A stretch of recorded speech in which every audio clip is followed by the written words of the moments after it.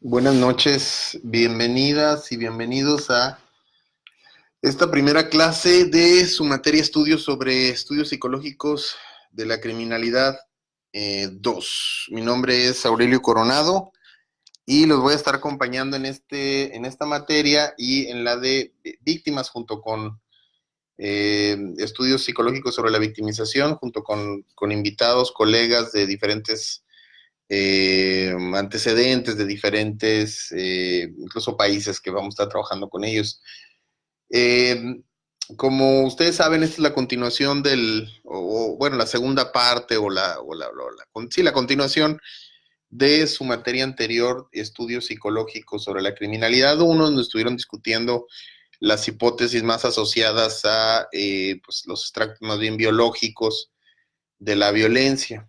Me gustaría empezar esta clase por recordando que cuando hablamos de violencia, cuando se habla de criminalidad, cuando se habla de criminal, pues hay muchísimo ruido a la hora de organizar la información alrededor de esto. ¿Por qué? Bueno, pues porque se suelen tener como algunas discusiones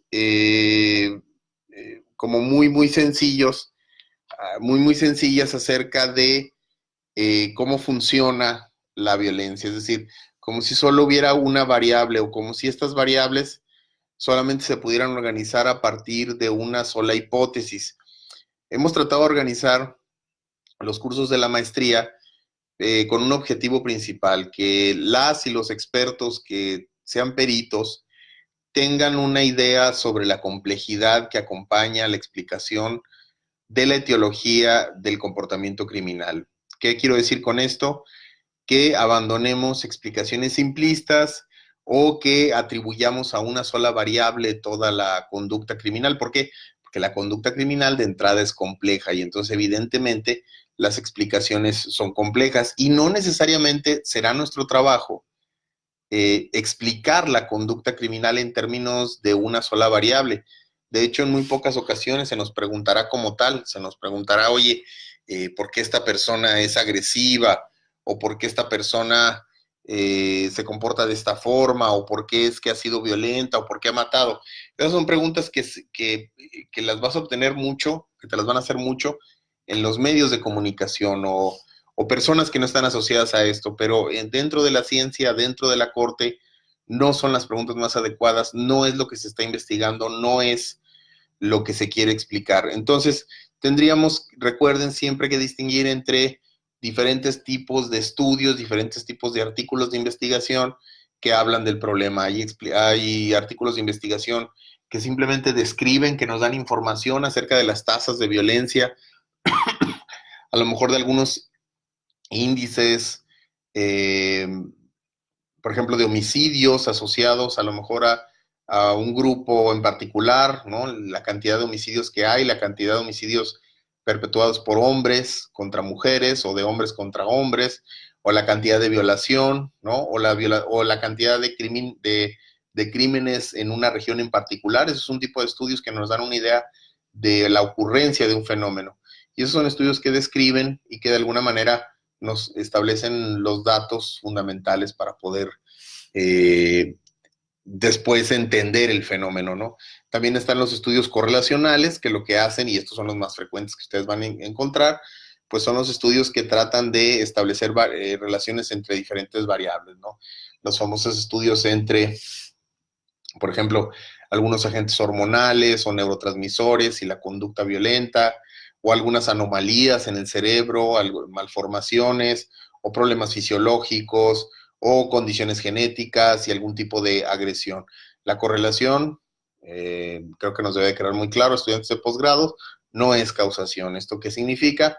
Que a pesar de que se encuentren relacionados, esto no implica que sea una variable que necesariamente cause la otra, ¿no? Sino que aparecen de manera continuada o que el tipo de relación más bien se refiere a el contexto, por ejemplo, podría ser.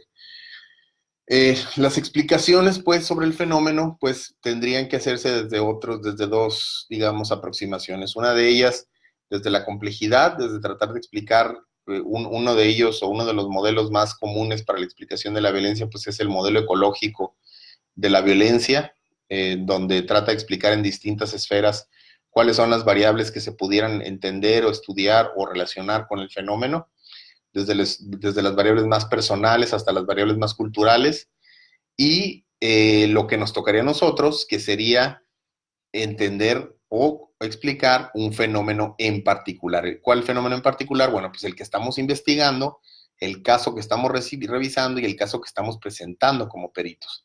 Y ahí lo que estamos tratando es de comprender el caso para poder responder o para poder aportar conocimiento a la corte cuando esto se requiere. Entonces, la violencia es compleja, la explicación del por qué una persona se comporta de manera violenta se explica desde la ciencia, desde diferentes tipos de investigaciones o agendas académicas.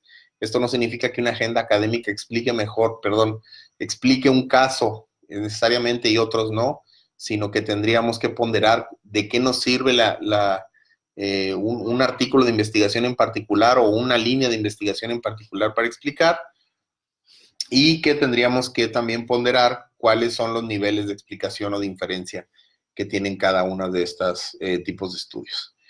Cuando hablamos, por ejemplo, un ejemplo de ello sería los famosos estudios biopsicosociales.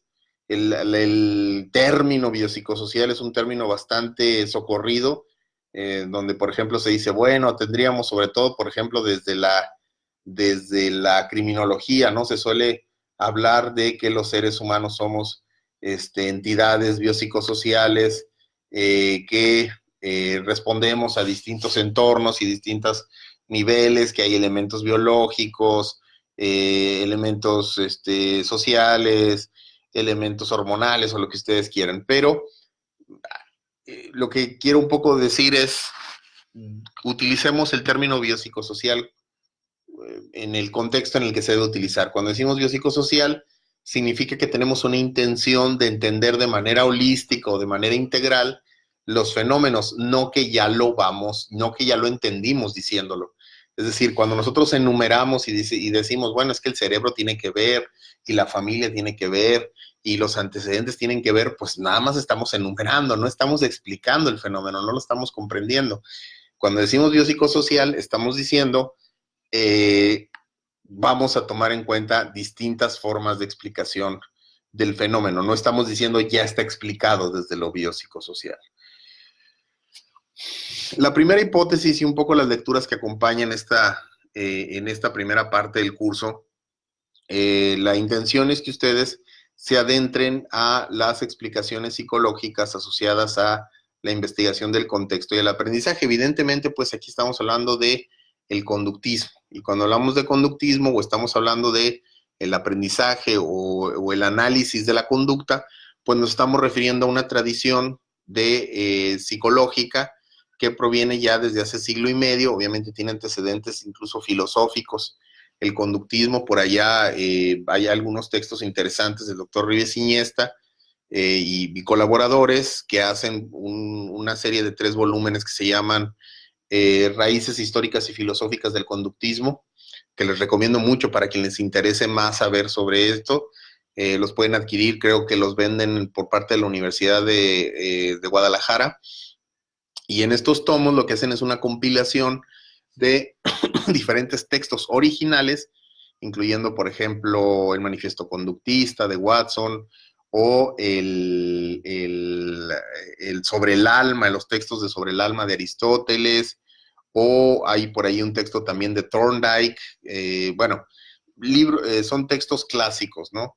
Que fueron dando, digamos, cuerpo, epistemología al conductismo. Es toda una tradición, toda una escuela, y no pretendo explicarla de manera completa porque, a pesar, digamos, que utilizo algunos de sus conceptos, pues no me considero un experto en el área, pero lo que sí entiendo es cómo se ha utilizado para explicar el fenómeno de la criminalidad. Entonces, un poco lo que les quiero decir es que cuando estamos hablando de esta hipótesis, estamos hablando de una mirada y de una serie de investigaciones y una serie de conceptos y explicaciones, un cuerpo de conocimiento para poder explicar la violencia. Aunque el conductismo sí se ha utilizado como una forma de ingeniería social, Skinner probablemente, que por cierto, como antecedente histórico, Skinner en su momento fue uno de los científicos, tal vez el científico más famoso del mundo. De hecho, hay una encuesta por allá de los años 60 donde Skinner aparecía en los primeros lugares, y Skinner, o sea, probablemente fue el psicólogo más famoso de la historia.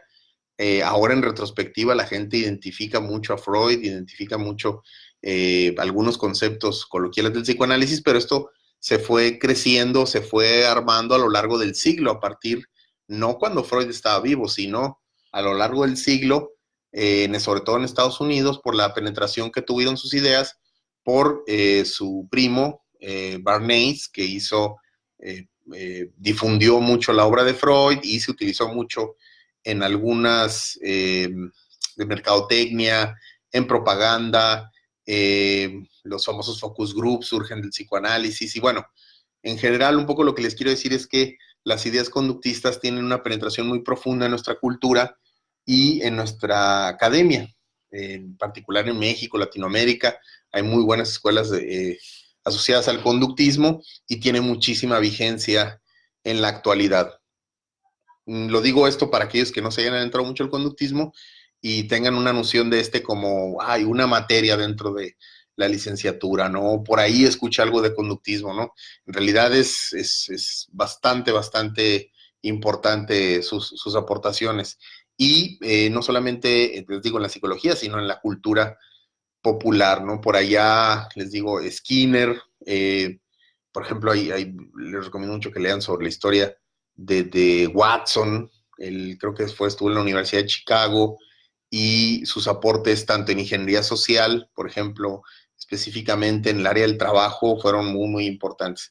¿Qué quiero decir con esto? Bueno, que el conductismo se ha preocupado, evidentemente, por tratar de, si no necesariamente explicar, sí generar herramientas para intervenir en problemas humanos, problemas sociales, por ejemplo, el mal comportamiento, vamos a llamarle así, o el comportamiento indeseable, que a lo mejor sería lo más adecuado.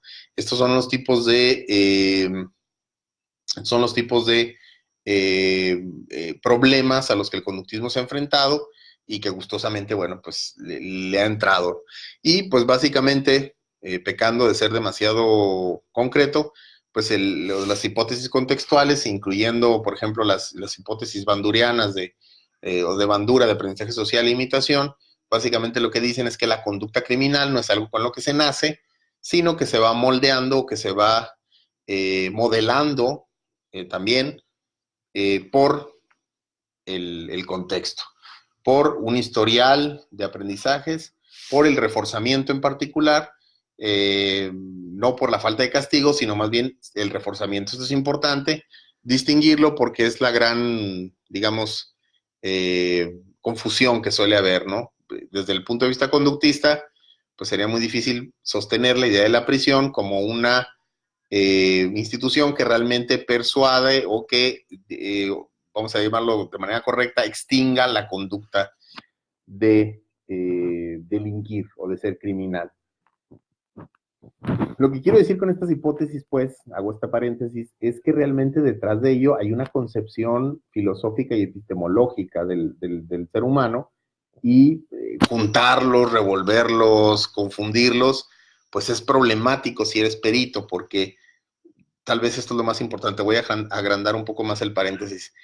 El confundirlos, el mezclarlos de manera inadecuada, el utilizarlos de manera indiscriminada, pues evidentemente puede exponernos a presentarnos como personas realmente no expertas en un tema que es el que estamos abordando en un juicio, que es el que estamos hablando pues en un foro público. Recuerden que nuestra cualidad como peritos, que es la que pretendemos nosotros acceder, muchos de ustedes ya lo son, digamos, ya han tenido esta experiencia de peritos, pues se pone a prueba cada vez que vamos a un juicio, ¿no? Y el hablar en estos términos, pues, se vuelve problemático. Déjenme les doy algunos ejemplos. El famoso, ¿cómo le dicen? Le suelen decir a personas que están en prisión, internos, les dicen que tienen poca capacidad para la tolerancia a la frustración, por ejemplo, o para postergar el estímulo, ¿no? Que son conceptos medio asociados al conductismo, pero que se utilizan de manera muy rasgada y generalizada. Con esto quiero decirles, pues, entonces, que incluso el derecho mismo o las políticas públicas de criminalidad, mucho antes del nacimiento, digamos, formal académico del conductismo, ya existían por ahí algunas propuestas de abogados donde hablaban, por ejemplo, que en concreto el criminal era producto de la sociedad. ¿Y qué decía con esto? Decía, fíjense lo que decía, sí, ahorita me acuerdo del nombre del autor, si si existen criminales o existe el delito o existe la criminalidad, es porque la criminalidad tiene un beneficio. ¿Qué quiero decir con esto? Lo que decían era, si nosotros diseñamos una sociedad en la cual el crimen no pague, entonces no va a haber criminales. No es que a los criminales les nazca, no es que los criminales anden buscando, sino que los criminales obtienen sus beneficios a partir de una estructura social que tiene ya este diseño y que por lo tanto incentiva el comportamiento delincuencial o criminal.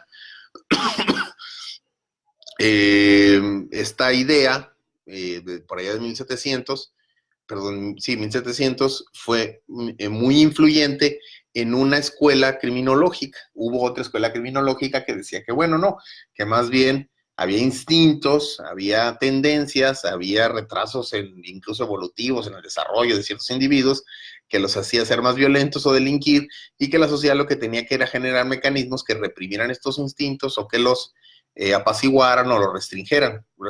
Y esta otra corriente decía, no, lo que hay que hacer es una sociedad que no incentive la criminalidad. Evidentemente estaban hablando del robo, estaban hablando de la estafa, del fraude, de otro tipo de cuestiones. ¿Qué implicaciones tiene esto? Bueno, pues también incluso tiene algunas consideraciones a la hora del tratamiento, pero bueno, lo haremos un poco más adelante. Pero lo que les quiero decir es que las ideas del conductismo han estado presentes de alguna u otra forma. Por ejemplo, se relacionan mucho a las ideas darwinianas del origen de las especies. Son ideas muy que son muy transversales, pues, que se asocian a otros tipos de explicación del comportamiento y que se asocian a otros tipos de formas de entendimiento humano. Es decir, aunque no explica todo el fenómeno de la criminalidad, sí nos ayuda a entender qué visión de ser humano se tiene. Evidentemente, uno de los estudios más famosos es el estudio del muñeco, creo que es Dodo se llamaba, de Albert Bandura, este científico conductista canadiense, que déjenme les doy un poco pues de background, ¿no? Uno de los grandes psicólogos forenses, a mi gusto, y probablemente uno de los que más han influido en mi trabajo, es el doctor Jaume Massí, pero sobre todo el Eugenio Garrido. Eugenio Garrido es un psicólogo forense, bueno, un psicólogo académico de la Universidad de Salamanca, que durante los años 90 creó una serie de textos que fueron muy influyentes en la forma en la que se hace, por ejemplo, psicología forense. Tal vez Echeburú ha sido más influyente y algunos otros, pero a mí en particular el trabajo de Garrido me parece muy importante, seminal en muchos sentidos, y alguna vez yo me contacté con él, hace algunos años, muchos años, yo diciéndoles, oigan, me gustaría que ustedes vinieran, me gustaría conocerles, yo he trabajado utilizando sus textos, me contestaron ambos de manera muy cálida, de manera muy amable, y particularmente Eugenio Garrido me explicó, por ahí voy a buscar el correo, correo bastante largo, la verdad es que muy amable y muy generoso con su tiempo, me explicaba que él estaba trabajando precisamente con Bandura, y que bueno, en concreto me decía, yo ya no estoy trabajando en lo forense, pero ahora estoy trabajando con Bandura, y porque Bandura ahorita anda en los temas de, se llama autoeficacia, bueno, entre otras cosas. De hecho, Bandura es uno de los, sí, probablemente el psicólogo más citado actualmente, con más líneas de investigación y más importante vivo. Y me presumía y me decía orgulloso Eugenio Garrido de su trabajo que ahora tenía con Bandura, especialmente con el comportamiento de criminales dentro de prisión. Entonces Garrido tiene por ahí un texto sobre tratamiento criminal, también muy bueno, y Bandura, de alguna manera, influye mucho en la forma en que Garrido hace su trabajo, y Garrido influye mucho en la forma en que se hace psicología forense bien hecha en Latinoamérica, ¿no? Entonces, ahí empieza a haber ciertas conexiones que lo van a ustedes a notar cuando empiezan a revisar la literatura, y que empiezan ustedes a anotar autores, empiezan a anotar conexiones. Esta historia de la psicología forense latinoamericana se está construyendo apenas, ¿eh? Les platico en confianza algo. Estamos ahorita platicando con una editorial pues grande en Latinoamérica, para publicar un libro precisamente que se llama Psicología Forense Latinoamericana, donde vamos a hablar precisamente de estos estándares, de estos problemas, de estas soluciones que hemos encontrado en psicología forense en Latinoamérica, y que, bueno, pues que refieren precisamente a cómo se está planteando lo que es de tan reciente creación. Pero el trabajo en concreto de Bandura es probablemente de los más influyentes en el área en la que nos encontramos. En particular se ha utilizado para explicar el comportamiento criminal. En particular, por ejemplo, se habla mucho del tema de la imitación, del modelamiento, de la influencia del contexto en el comportamiento, y entonces no solamente digamos, los reforzadores o los incentivos para que una persona se comporte de manera antisocial tienen que ver con ganancias inmediatas, sino con la imitación de otros que obtienen ganancias por la conducta criminal, en este caso, pues, por la imitación. Finalmente, ¿qué implicaciones tiene todo esto? Bueno, pues bastantes, ¿no? Algunas muy técnicas. Piensen ustedes que cuando estamos hablando de reforzadores, bueno, pues hay diferentes tipos de reforzadores. Hay cuestiones que se vuelven reforzadores secundarios, es decir, que no eran reforzadores inicialmente y se convierten posteriormente. Piensen ustedes, en general, piensen estas implicaciones. Tener una visión del contexto, tener una visión de aprendizaje social, nos hace entender que la sociedad misma tiene mecanismos ya implícitos que incentivan el comportamiento criminal, y nos tendríamos nosotros que alejar un poco y dejar este tipo de explicaciones muy simplistas donde decimos, lo que pasa es que no sé, hay una subcultura del crimen, que eso ya lo veremos a la hora que veamos el aspecto antropológico, sino que en general hay un sistema de incentivos, hay un sistema económico, es lo que les quiero decir, economía hablando más allá del dinero. Piensen ustedes, por ejemplo, en las adicciones, piensen ustedes en el narcotráfico, pues, ¿no? Hay dinero de por medio, se gana dinero siendo criminal, se gana dinero, se evita castigo, se gana estatus, hay muchas cosas, y no necesariamente es que sea una subcultura, es parte de la sociedad en sí. Y esto nos hace ver, no de manera parcial, sino de manera general, cómo es que realmente se pueden establecer políticas públicas para disminuir la criminalidad, y también nos ayuda para que en un caso en particular tomemos en cuenta cómo los contextos y el historial de aprendizaje puede ir generando una conducta tan aberrante como las que vemos. Y otra implicación importante es la violencia es escalada, ¿no? La conducta operante en concreto, una conducta muy agresiva. Piensen ustedes, esto lo estoy forzando demasiado, pero quiero un poco que lo llevemos hasta allá. Piensen ustedes, por ejemplo, en la violencia de género. Cuando se habla de feminicidio, lo que se sabe todo, y en toda la literatura te dice, bueno, el feminicidio no es un continuum, ¿no? La violencia de género empieza desde una visión muy específica de los roles de género de un hombre hacia una mujer, y empieza pues con la famosa espiral de la violencia. Esto va en aumento, y esto es muy del conductismo, ¿no? La conducta operante no aparece de la nada, sino que se va reforzando y se va modelando con el tiempo. Una conducta operante tiene obviamente muchas más probabilidades de aparecer si tiene un antecedente que si no los tiene. Entonces, bueno, en general, quería yo darles como una introducción a estas hipótesis. Revisen sus lecturas, hagan sus tareas. Si tienen algunas preguntas, pueden hacerlas aquí abajo en los comentarios, irlo discutiendo. Yo en los mismos comentarios, cuando ustedes me estén haciendo, les puedo referir a otras lecturas que no necesariamente sean obligatorias para los reportes, o algunos documentales que les pueden ir sirviendo. La idea es que esta clase les sirva como de comentario, como de exposición a lo que vamos a estar revisando en este primer momento. Les agradezco mucho su atención y espero sus preguntas y comentarios en los comentarios de Facebook. Un abrazo.